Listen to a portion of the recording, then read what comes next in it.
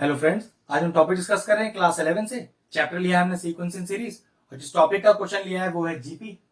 Question तो अच्छा है, 3 से 4 नंबर की वेटेज का आता है। देखिए क्वेश्चन क्या है कि find the value of n when the given expression may be the geometric mean of a and b. तो पहले आपको मैं ये बताता हूं कि ए और बी का ज्योमेट्रिक मीन होगा क्या। देखो जरा कि अगर ए और बी दो टर्म है जो जीपी में है तो उनका ज्योमेट्रिक मीन क्या होगा। ज्योमेट्रिक मीन का डायरेक्ट फॉर्मूला होता है under root of A b. ध्यान रखिएगा, ठीक है। तो GM is equal to under root of A b. तो ये जो एक्सप्रेशन है वो ए बी के ज्योमेट्रिक मीन के ही बराबर है।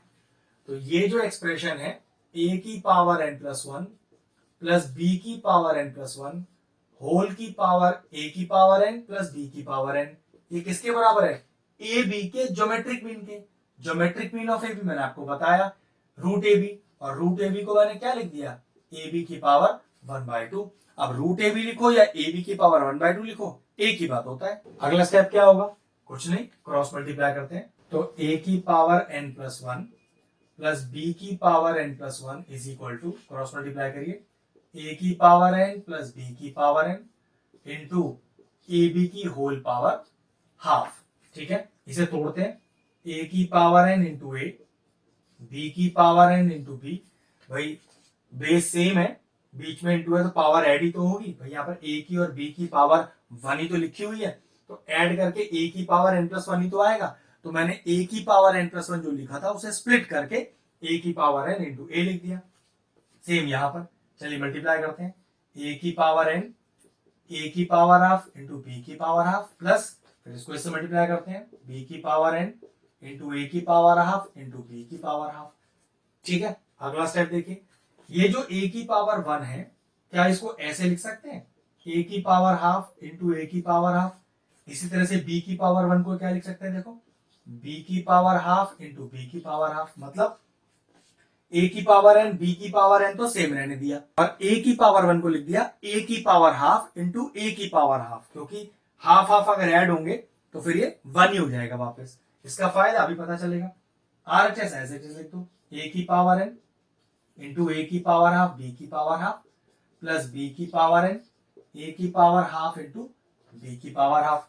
अब अगला स्टेप क्या है? ए की पावर एन और ए की पावर एन वाले टर्म एक तरफ, बी की पावर एन और बी की पावर एन वाले एक तरफ। तो ये वाला तो माइनस में इधर आ जाएगा, ये वाला माइनस में उधर चला जाएगा। अब इसको तो एज इट इज रखा, तो ए की पावर एन ए की पावर हाफ ए की पावर हाफ।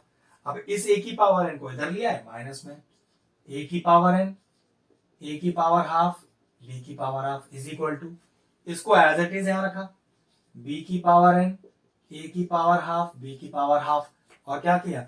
इसको उठा के उधर ले गए माइनस में, तो माइनस बी की पावर एन बी की पावर हाफ बी की पावर हाफ। अब चेक करो कुछ कॉमन आ रहा है? देखो, ए की पावर एन ए की पावर एन कॉमन, ए की पावर हाफ ए की पावर हाफ कॉमन, तो ए की पावर एन ए की पावर हाफ कॉमन आ गया। कितना बचा? ए की पावर 1/2 माइनस का बी की power 1/2 is equal to, check करिए यहाँ क्या कॉमन आ रहा है? बी की पावर एन बी की पावर एन और बी की पावर हाफ बी की पावर हाफ। तो बी की पावर एन और बी की पावर हाफ कॉमन आ गया, अंदर रह गया ए की पावर हाफ माइनस का बी की पावर हाफ। चेक करिए ये दोनों मैच तो नहीं कर रहे, कैंसिल आउट हो जाएंगे। ये लीजिए पूरा पूरा कैंसिल हो गया, बचा क्या? ए की पावर एन इंटू ए की power half is equal to b की पावर एन इंटू बी की पावर हाफ। अब जरा ए की पावर एन के नीचे बी की पावर एन ले जाइए, तो पक्की बात है अगर ये इसके नीचे आएगा तो ये उसके नीचे जाएगा।